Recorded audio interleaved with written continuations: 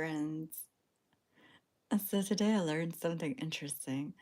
You know how I like to do those lives in the dark while I'm lying in my bed?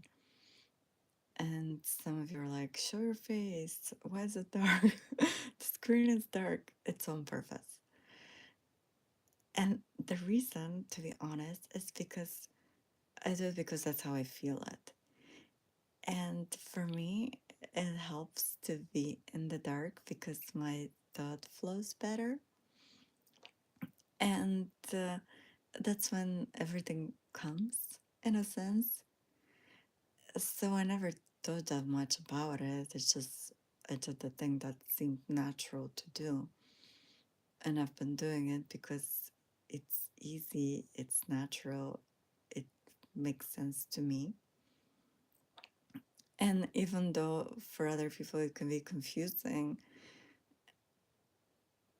it's like it is how it is. And I can't go against myself because then I'm not gonna be myself. I'm gonna reduce myself to something that other people want me to be. So today what I learned when I was listening to a podcast is that in India there is a temple to the Yoni goddess, and the temple is intentionally dark on the inside. Get that? And once when somebody asked me why my lives are dark, I said, because it's an adventure into the unknown and they symbolize the mystery, which the womb is the birthplace of creation. And everything new that is created comes from going into the unknown bravely in the dark. And that's why I say trust yourself. Because if you live life based on conditioning and models that other people have outlined, then your life is going to be an attempt for a replica.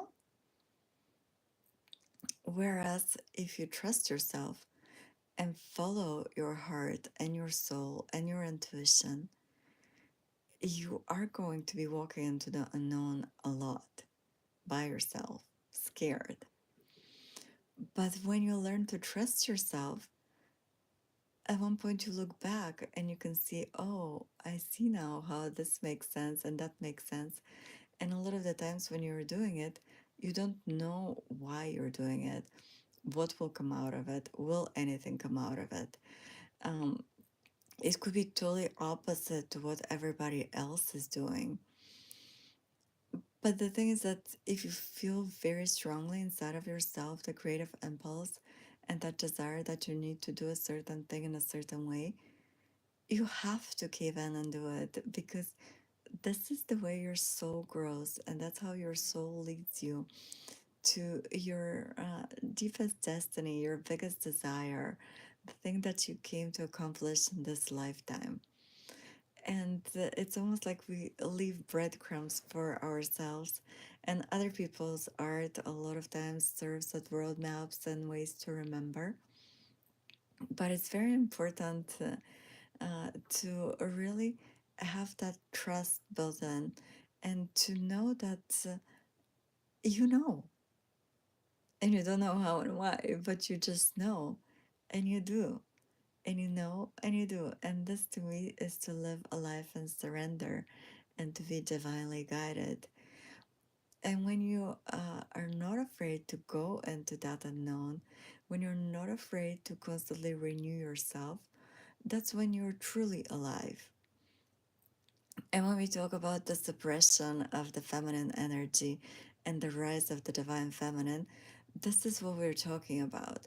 The feminine is your feelings, your intuition, your desires, like these things inside of you that are very intangible, and that a lot of times it's difficult to explain those things to other people, but you feel them deeply inside of yourself and you must follow them. And when you listen to your own voice, when you give expression to that voice, to those desires, to those intuitive nudges and those feelings, When you allow yourself to go into the dark and let go of everything that's no longer serving you and be constantly renewed with new impressions, new intuitions, new insights, you are living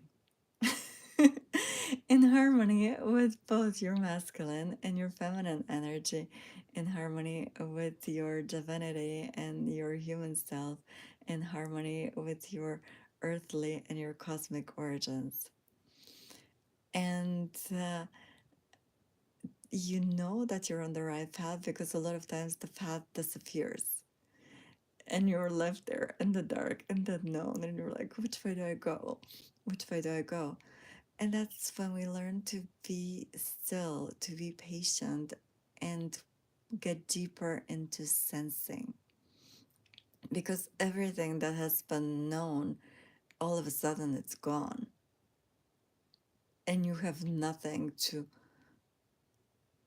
relate to, in a sense, nothing familiar to make sense of. And that's when you get deeper into the unknown, into uh, the unconscious, we could also say, or the superconscious, and you start to orient yourself by sensing. And when we get into those deeper layers, we realize, wait, this is unfamiliar, but actually it's very familiar. It's just been very well forgotten. And not a lot of people talk about it. And now that I have touched upon it, and now that I actually shed light on it, maybe it's my job to bring it to the surface and make it conscious. And even if in the beginning nobody else gets it because nobody has ever been that deep inside of themselves and inside of the collective, then I'm going to be that guide. I'm going to be that shining light. And if in my lifetime only one other person makes it there and they find that, then they're going to feel like, wait, I'm not alone. There has been somebody else that went there and sensed that thing and felt it and knows it. And that's what we do. We excavate. And it happens by this continuous process of letting go and learning, becoming empty and receiving. And to be able to do that, you really need to trust yourself. And to trust that even if you have had that an experience, that nobody else gets it. Nobody else talks about it. If you tell it to people, they say, oh, you're crazy. You're not crazy, because the fact that this person or those people have not had that experience does not invalidate the fact that you actually felt it, you sensed it, you had that experience. And it's your job to share it and not think what will people think of you. And if they say you're crazy, not listen to them, because you've experienced it, and that's enough. That's enough of a validation. I've had a lot of experiences where it's like, wow, that's just crazy. I've had experiences where I've been magnetically drawn to a person like a magnet, literally, where I have felt this pull across the room. And it's taken discipline to tell my body, no, no, no, we cannot do this right now. You cannot just go and attach yourself to that person. And with the same person that I had a very intense past life so connection with, I've also had this experience of complete oneness and merging with everything and realizing that all it's one in a very embodied physical experience where my personality, everything completely disappeared. And I was just suspended in space and feeling one with it all. And a lot of other experiences that if I tell them to people, they'll be like, what are you talking about? Huh?